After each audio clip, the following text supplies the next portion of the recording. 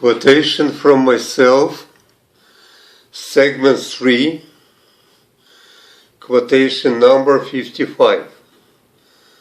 Who is writing about what?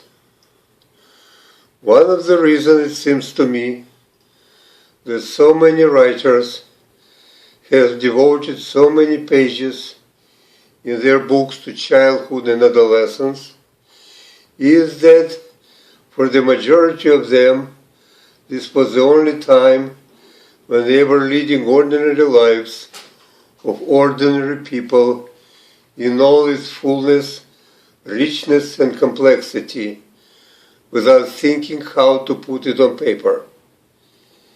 In the process, they acquired invaluable for a writer first-hand knowledge. In other words, this was a period of their own and other people's lives they would always know the best. Because as soon as one becomes a writer, one ceases to be a full participant in everyday life and is turned instead into outside observer, more or less detached from it, depending on how much time is spent alone in front of a typewriter writing about life while other people are living it. But one does not gain a full knowledge of life without full participation in it, and one certainly cannot write well about something one does not know well enough. But to write they must, since writing became their profession, the way to make a living. Fortunately, there is another kind of life besides childhood and adolescence all writers know well, the life of a writer.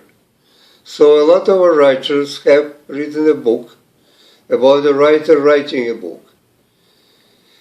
But having exhausted this rather limited and well-explored subject, the writer has essentially three choices: to write about contemporary life, life in the past, or life in the future.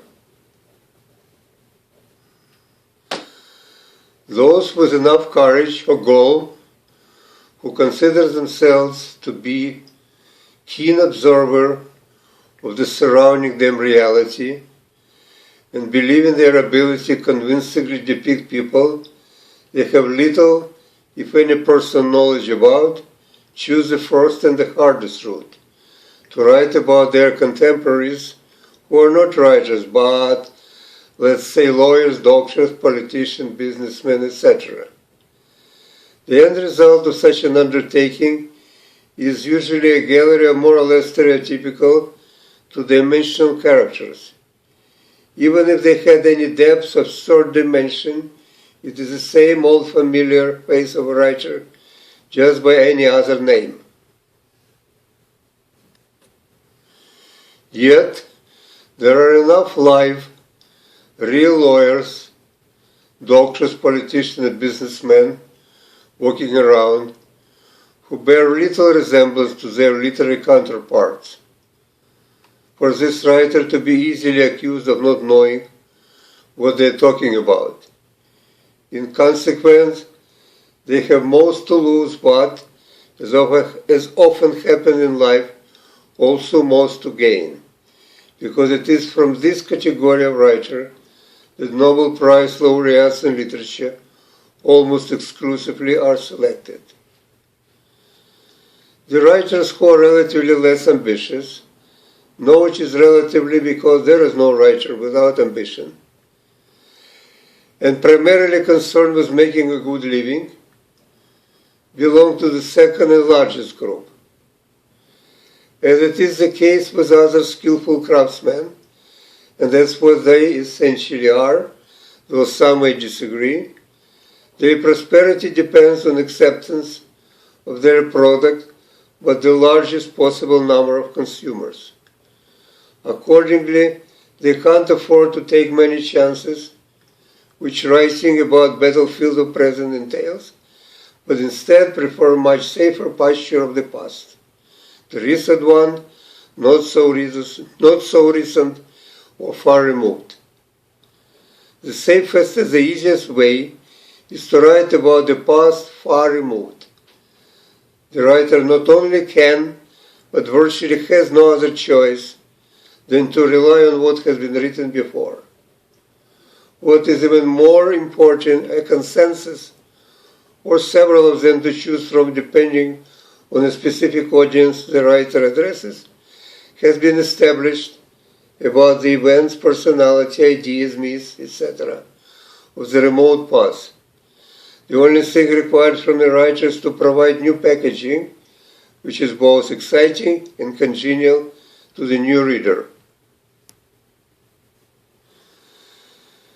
The last but not the least advantage of writing about the far removed past is the enormous generation gap between people on this past and today's reader, none of whom can accuse the writer of not knowing what he is talking about, since they don't know either.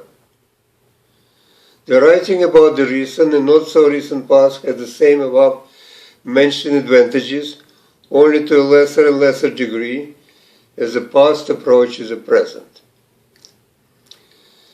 The third group of writers write about the future. Because nobody really knows what the future is going to be like, they have almost unlimited freedom to say just about anything they wish. Consequently, they are seldom taken seriously by anybody but children or those adults who have never lost the child inside of them.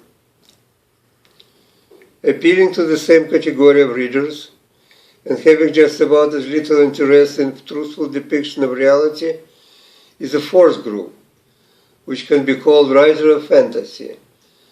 They may be sexual fantasy in the form of harlequin romances, or political fantasy in the form of spy novel, or scientific fantasy in the form of science fiction, etc.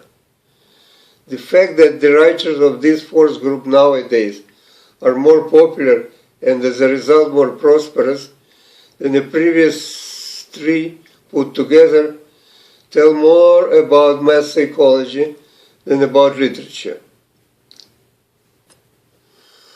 Of course, as with any classifications, the borders between separate group and subgroup are often blurred, and there are some writers whose belonging to one of the group just described is not that clear at once.